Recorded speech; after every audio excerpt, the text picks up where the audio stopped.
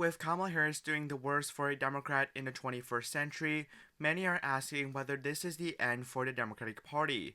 So in today's video, I'll be exploring just how poorly Kamala Harris did, exactly why that occurred, and finally answering the ultimate question, is this the end for the Democratic Party as we know it? Now, before we answer the ultimate question, we have to start by understanding just how poorly Kamala Harris did in this year's presidential election, so we can compare her vote totals to the one received by Joe Biden. Biden got 81 million votes, where Kamala Harris got 74 million, and Trump improved his total vote count by roughly 2.5 million. When you see those numbers initially, you might think that's not that bad for Kamala Harris.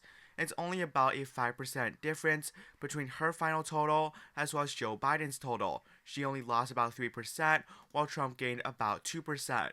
However, that really kind of hides reality from you. If you look at this map, this visualization of what happened between this year and 2020, you can see just how big of an underperformance Kamala Harris had experienced. As you can probably tell by the arrows, you see a lot of red and nearly no blue. Now, for some of you who don't really know politics all that much, you might think that this is kind of ordinary. After all, Kamala Harris did end up underperforming.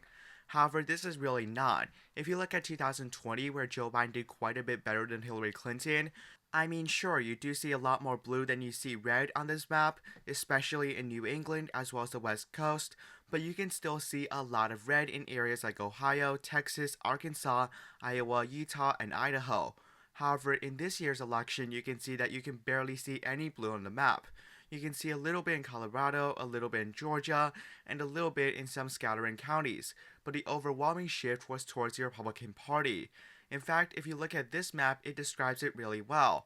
Every single state, no matter the geography, the region, the demography of some of these states, they all unanimously essentially shifted towards the Republican Party by varying different margins. States like Oklahoma, Kansas saw smaller shifts of less than 2%, but states like California, Texas, and Florida saw nearly 10% shifts. Now, these are very different states, California, Texas, and Florida. Although they're all densely populated, these are states that are very different. California is extremely liberal, Texas is more conservative, and Florida has a huge Hispanic population.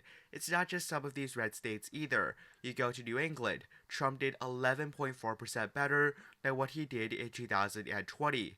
You go to New Jersey, Connecticut, Rhode Island, and Massachusetts, while the shifts were not as significant, they were still very decisive.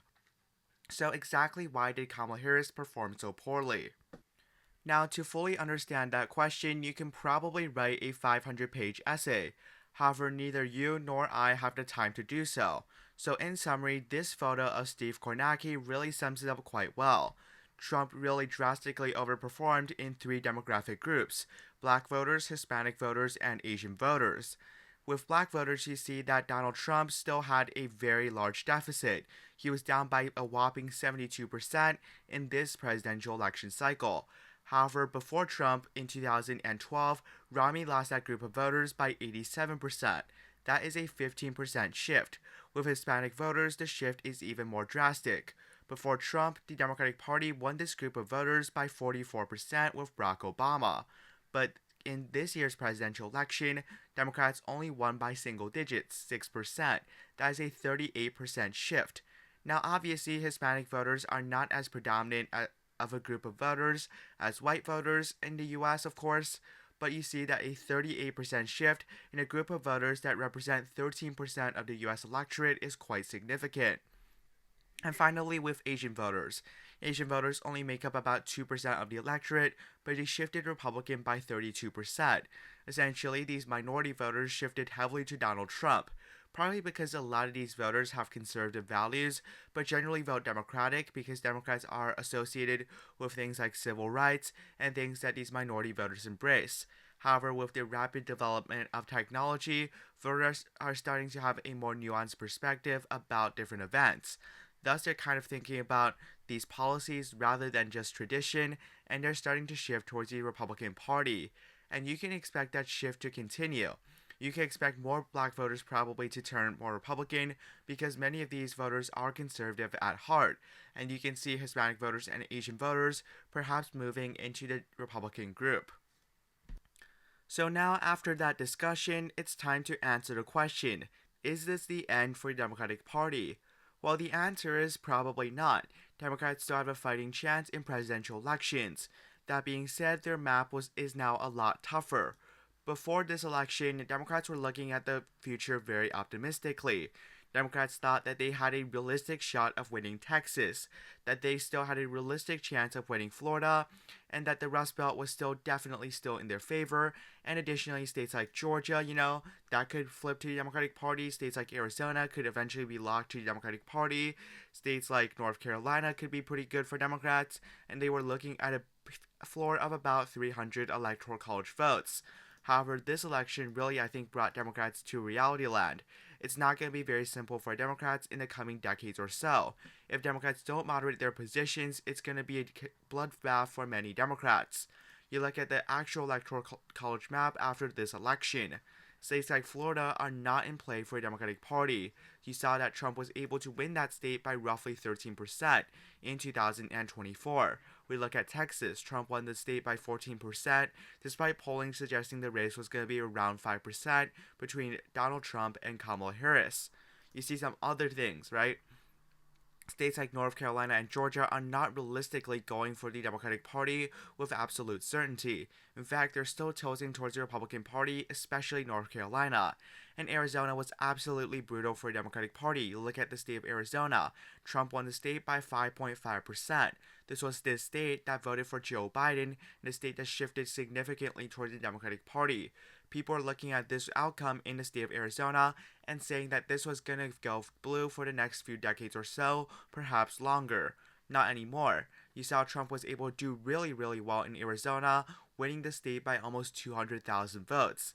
That is better than what he did in 2016. And you're going to see those Hispanic voters in areas like Texas, specifically the Rio Grande Valley. You're talking these areas of the state of Texas. You're talking about, Miami-Dade County in the state of Florida with a huge Cuban population. You're talking about Arizona, specifically Yuma County, Pima County, Santa Cruz County, some of these border counties, and Maricopa County, counties with very large Hispanic populations, shifting heavily towards the Republican Party. And although this is not necessarily the end for the Democrats, this is going to be pretty tough for Democrats to actually overcome, especially in the next few elections. In summary, while this is not the end for the Democratic Party, Democrats certainly have a very tough road to overcome in the next few elections or so. Ultimately, do Democrats end up winning a presidential election in the future? Depends on how Democrats handle this situation. It's indisputable that at this point in time, I would say that Republicans are heavily favored to win the next few presidential elections or so, especially with the poor Democratic nominees that could be in line to run for the presidency.